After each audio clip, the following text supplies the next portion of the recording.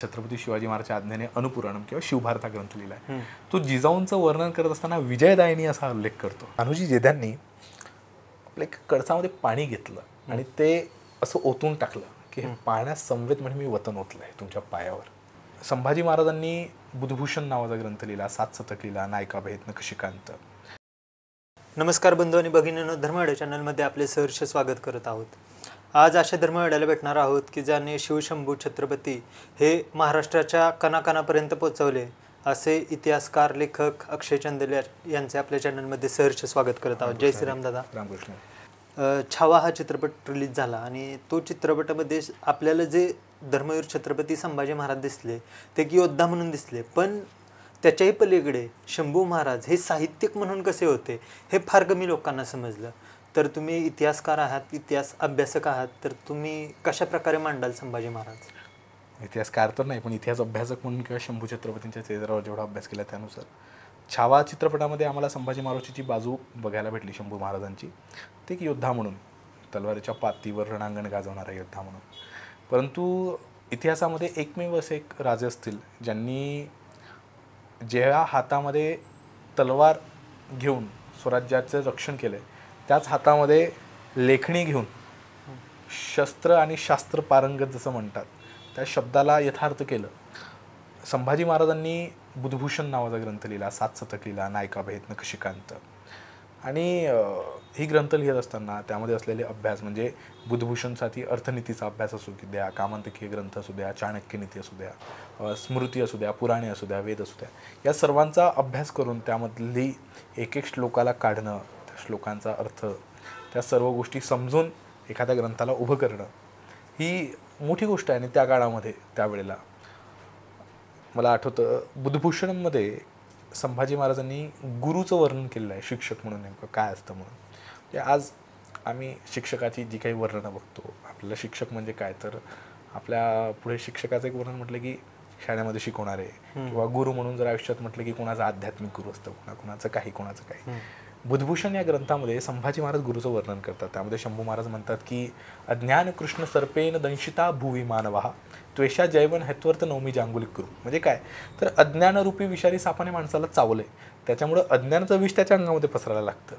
ते अज्ञानाचं विष दूर करण्यासाठी जो ज्ञानरूपी औषधाने वैद्याचं कार्य करतो त्याला गुरु असं म्हणतात, असं संभाजी महाराज बुधभूषणमध्ये सांगतात.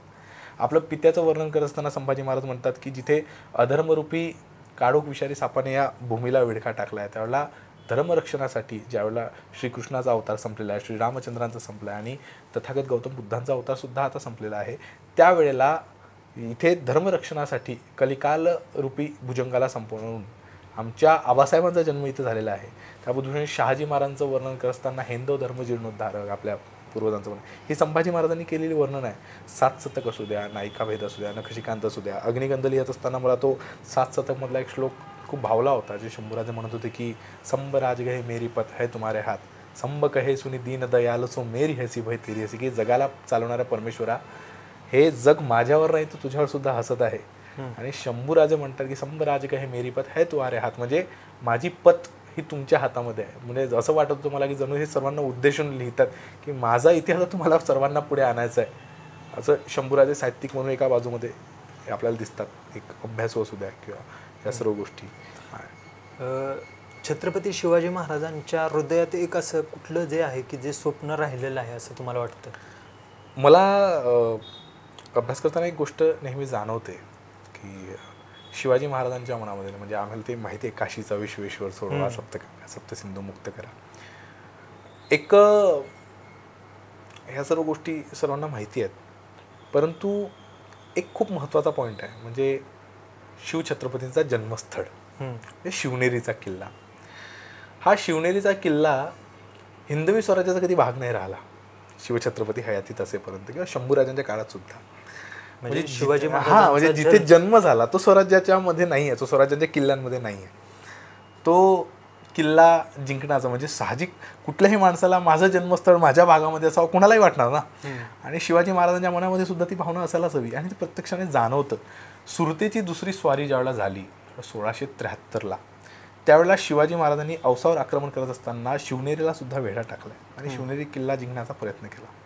एकदा शिवाजी महाराजांनी शिवनेरी किल्ला हातात येत नाही म्हणून किल्ला विकत घ्यावा किंवा किल्ला काही करून, म्हणजे राजकारणाचा गुणधर्म आहे, साम दाम दंडवत या सर्व गोष्टी वापराव्या लागतात आणि सर्व गोष्टी वापरत शिवरायांनी तो किल्ला पुन्हा घेण्याचा करण्याचा प्रयत्न केला. तर त्या किल्ल्याचे किल्लेदार होते, त्याचं नाव आबा भट असं होतं अगोदरचं. आणि हा आबा भट बादशहाची मर्जी राखण्यासाठी हा मुसलमान झाला. याने स्वतःचं नाव अब्दुल अजीज असं करून घेतलं आणि शिवाजी महाराजांनी त्यासोबत संधान बांधण्याचा प्रयत्न केला, तो किल्ला विकत घेण्याचा प्रयत्न केला. पण याने शिवरायांना असं दाखवलं की मी तुम्हाला किल्ला देणार आहे, तुम्ही 3 सहस्त्र काहीतरी फौज घेऊन किल्ल्यावर या, मी तुम्हाला किल्ला सहज देतो मिळून. पण याने शिवरायांना असं सांगितलं की मी तुम्हाला किल्ला मिळून देतो, तुम्ही काही तुकड्यांची फौज घेऊन या. आणि दुसरीकडे मुघल सरदारांना सांगितलं की शिवाजी राजांना मी बोलवलंय, तुम्ही तुमची फौज घेऊन या, म्हणजे आपण राजांवर आक्रमण करू, मी वरून आक्रमण करणार, तुम्ही आक्रमण करा. आणि मराठ्यांची फौज जशी पुढे निघाली, या अब्दुल अजीजने, जो सुरवतीचा आवा भट्ट आहे, त्याने वरून मराठ्यांवर मारा केला आणि इकडं मुघलांची फौज आली. या सर्व गोष्टीमध्ये तो किल्ला जिंकायचा राहून गेला, तो राहूनच गेला, तो पुढे कधी शिवरायांच्या हयातीत आलाच नाही, अक्षरशः आला नाही. तो शाहू महाराजांच्या काळात नंतर मग शिवनेरीचा किल्ला आपला स्वराज्याचा भाग झाला, स्वराज्याचा भाग झाला. ते नेहमी महाराजांच्या मनात ती सल असते की माझं जन्मस्थळ माझ्या स्वराज्यामध्ये राहायला पाहिजे, पण ते पूर्ण झालेलं नाही. ही खरंच म्हणजे माहीत नसलेली गोष्ट तुम्ही समोर आणली. याचा संदर्भ कुठे भेटला? बाळशास्त्री हरदासांच्या छत्रपती शिवाजी खंड 3 मध्ये हे सर्व लिहिलेलं आहे. अच्छा. हा, म्हणजे हे लोकांना समजलं पाहिजे की म्हणजे संदर्भासहित आपण जे बोलतोय ते नक्कीच. समकालीन संदर्भामध्ये जिजामातांचं वर्णन कसं येतं? जिजाऊंचं वर्णन म्हणजे कवींद्र परमानंद नेवास्कर, ज्यांनी छत्रपती शिवाजी महाराजच्या आज्ञेने अनुपुराणम किंवा शिवभारता ग्रंथ लिहिला आहे, तो जिजाऊंचं वर्णन करत असताना विजयदायिनी असा उल्लेख करतो, जी विजयाला प्रदान करणारी, जी विजय देणारी आहे. आणि जिजाऊंचं जे स्वरूप इतिहासामधून सापडतं, म्हणजे जिजाऊंबद्दल उल्लेख खूप कमी आहे, पण जे मिळतात ते भव्य आहेत. म्हणजे रांगण्याचा किल्ला, म्हणजे 23 किल्ले पुरंदरच्या तहामध्ये गेले. ज्यावेळेला शिवराय गेलेत त्यावेळेला औरंगजेबाला भेटीला, त्यावेळेला 23 किल्ले औरंगजेबाकडे होते. ज्यावेळेला महाराज परत आले त्यावेळेला 22 किल्ले औरंगजेबाकडे होते. मग एक किल्ला नेमका कुठे गेला? तर या सर्व काळामध्ये ज्यावेळेला शिवाजी महाराज हे आग्र्याला कैदेमध्ये आहे, नजर कैदेमध्ये औरंगजेबाच्या, पोलाद खानाचा जो वेढा वगैरे पडला त्यावर सर्व वर्षामध्ये, तिथून सुटून येईपर्यंत या सर्व कालावधीच्या मध्ये जिजाऊ आईसाहेबांच्या नेतृत्वात आपण रांगण्याचा किल्ला जिंकलाय. नाही, आपण संभाजी महाराजांपासून सुरुवात केलेली होती. आता आपण पूर्ण इतिहास म्हणजे जेवढा तुम्हाला माहिती आहे तेवढा आपण जाणून घेण्याचा प्रयत्न करू. तानाजी मालुसरे जेव्हा आपण बघतो तेव्हा आपल्याला कोंढाणाच फक्त दिसतो की जो तानाजी मालुसरेने घेतलेला होता, पण त्याच्या पलीकडे त्यांचं खूप कार्य होते. हे तुम्हाला इतिहास चाळताना कुठे कुठे संदर्भ सापडले का? तानाजी मालुसरे म्हणजे शिवरायांचे लहानपणापासून सवंगडी, म्हणजे उत्तरकालीन बखऱ्यांमध्ये बरेच अशा कथा, म्हणजे छत्रपती शिवाजी स्वराज्याची स्थापनेचा जो काळ आहे त्यापासून असं म्हणता येईल. हा, एक तानाजींची एक कथा जी मिळते ती म्हणजे सिंहगडाचं पराक्रम आपल्याला सर्वांना माहिती आहे. माझा एक गड आला पण एक सिंह गेला. आता जी अशी लोककथा आहे की सिंहगड हा तानाजी मालुसरेंच्या गेल्यानंतर ते नाव पडलं, परंतु सिंहगड अगोदरच नाव आहे. महाराजांचं जे वाक्य आहे सभासद, माझा एक गड आला पण एक गड गेला, म्हणजे माझा गडासारखा गड ढासळला आहे आत्ताच्या गडला, म्हणजे तानाजी गेले. शिवाजी महाराजांनी ज्यावेळेला अफजल खानाचा वध केला आणि अफजल खानाच्या स्वारीनंतर मराठ्यांनी चौफेर विजय दौडला सुरुवात केली, त्यावेळेला मराठ्यांचा एक भाग हा शृंगारपुरामध्ये, कोकणाच्या भागामध्ये उतरला. आणि या शृंगारपुरामध्ये उतरल्यानंतर तिथली जी तुकडी होती सैन्याची, त्याचं नेतृत्व पिलाजी निळकंठराव करत होते. आणि यावेळेला म्हणजे एक मित्र म्हणून काय असलं पाहिजे, तर शिवाजी महाराजच्या आज्ञेने तानाजी मालुसरेंनी या शृंगारपुराच्या भागामध्ये रस्ता बांधणीच्या कामाला सुरुवात केली. म्हणजे तिथे ज्या माणसाने तलवार हातामध्ये घेतलेली आहे तो माणूस रस्ता सुद्धा बांधतोय, म्हणजे आपलं स्वराज्य हे सुराज्य कसं, तर सर्व गोष्टी आहेत. हे मला वाटतं दिग्पाल दादांच्या चित्रपटामध्ये सुद्धा तो दाखवण्याचा प्रयत्न केला. पण अशा वेळेला आदिलशाहीच्या फौजेने, आदिलशहा चौताळलेला होता, अफजल खानाचं सर्व झालंय, मराठ्यांनी अक्षरशः चौफेर विजयदौड केलाय, आणि त्याने तिथे असलेला सूर्यराव सुर्वे याला म्हटलं की मराठ्यांची फौज तुझ्या भागामध्ये हौदोस घालते, तुझा तो भाग त्यांनी जिंकलाय आणि तू बघतोय नुसता, तू काही करत नाही. त्याला हा सुर्वे या सर्वांवर चालून आला आणि पिलाजी निळकंठराव जे अक्षरशः तानाजींच्या पुढे आहेत आणि ही सर्व माणसं तिथे रस्त्याचं बांधकाम वगैरे सुरू आहे. आणि यांना जसंच कळलं की ही फौज आली आदिलशाहीची सुर्व्यांच्या सोबत, पिलाजी घाबरलेत, आपल्याकडं फौज कमी आहे आणि हा सुर्वे चालून आलेला आहे, आता काय करावं. तर पिलाजीरावांनी ठरवलं की आपण पडायचं, आपण लढायचंच नाही. आणि पिलाजी आता पडणार, त्यावेळेला तानाजींनी ते बघितलं. तानाजी मालुसरेंनी पिलाजी निळकंठरावांना पकडलं आणि त्यांना एका मोठ्या दगडाला बांधलं. आणि बांधल्यानंतर तानाजी मालुसरेंनी युद्धाला सुरुवात केली.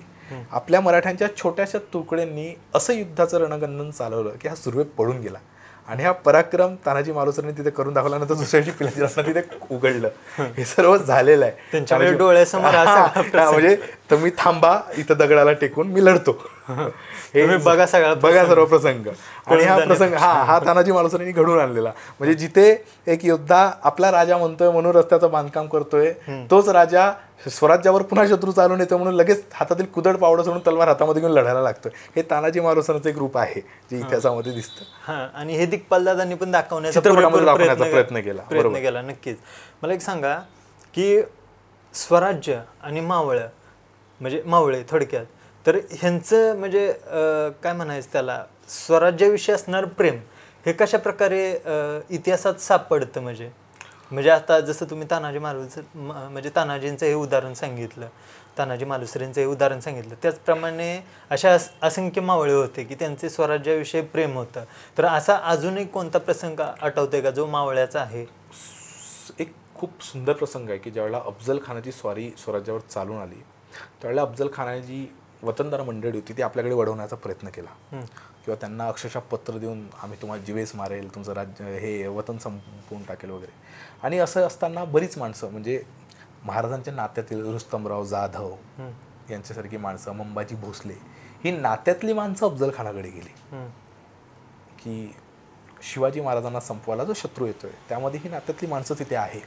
आणि बरेच हिंदू माणसं तिथे आहे. म्हणजे अफजल खानाचा वकील ज्यावर तर नेहमीच वादांकित तो विषय राहतो, कृष्णा भास्कर कुलकर्णी, या सर्व गोष्टी, ही सर्व माणसं तिकडे होती अफजल खानाकडे, चंद्रराव मोरेंच्या घराण्यातली सर्व माणसं. पण हा अफजल खान ज्यावेळेला येत होता त्यावेळेला साहजिक वतनदार मंडळी यांना ज्यावेळेला पत्र जात होती त्यावेळेला ही माणसं त्याच्याकडे वळायला लागली. त्यावेळेला एक प्रसंग घडला. कान्होजी जेधे म्हणून जे होते ते कान्होजी जेधे राजगडावर आलेत आणि त्यांनी शिवाजी महाराजांना सांगितलं, आपली पोरं त्यांनी सोबत आणलेली आहे, त्यामध्ये बाजी जेधे ही सर्व माणसं होते. आणि कान्होजी म्हणाले महाराजांना की महाराज, अफजल खानाने आम्हाला असं असं खलिता पाठवलंय आणि तो म्हणतोय की तुम्ही आमच्याकडे या, आम्ही काय करावं. महाराज त्यांना म्हणाले असतील की कान्होजी आता सर्वच गेलेत, नात्यातले पण गेलेत, तुम्ही पण जा. तर कान्होजी म्हणतात का, अहो जर आमच्या जीवाला काही झालं तर वतनाचं काय. तर कान्होजी जेध्यांनी आपल्या कळसामध्ये पाणी घेतलं आणि ते असं ओतून टाकलं की हे पाण्यात समवेत म्हणजे मी वतन ओतलंय तुमच्या पायावर. हे वतन काय काही नाही म्हणे, हे स्वराज्यापेक्षा मोठं नाही आहे. त्याला कान्होजींचं एक वाक्य आहे जे जेधेकरणामध्ये दिलेलं आहे.